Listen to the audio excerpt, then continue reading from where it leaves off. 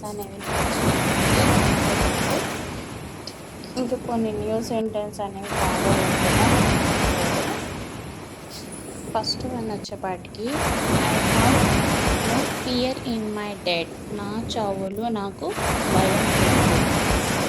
Does have fear on me. నా మీద భయం ఉండాలి. Those who wish to take others life he will not think about his own life first. ఇతరుల ప్రాణాలకు తీయాలనుకునేవారు ముందుగా తన జీవితం గురించి ఆలోచించరు. Those who wish to take others life he will not think about his own life first. అంటే వ్యసన పరుడు. Next one only thing no one should adept for it occasionally having. అప్పుడు కలిగి ఉన్నందుకు ఎవరు బానిస కాకూడదు.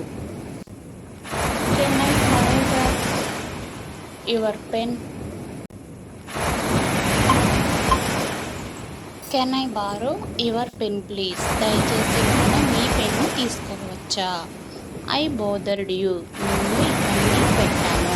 I just exaggerated. ఇది నేను కేవలం అతియోశక్తి అంటే నేను కేవలం బలహీనపరుని అంటాను సరే ఆ టైంలో యూజ్ చేస్తామన్నమాట. కుడ్ నాట్ ఫర్గెట్ నేను మర్చిపోలేను. ఫర్గెట్ అంటే మర్చిపోలేను.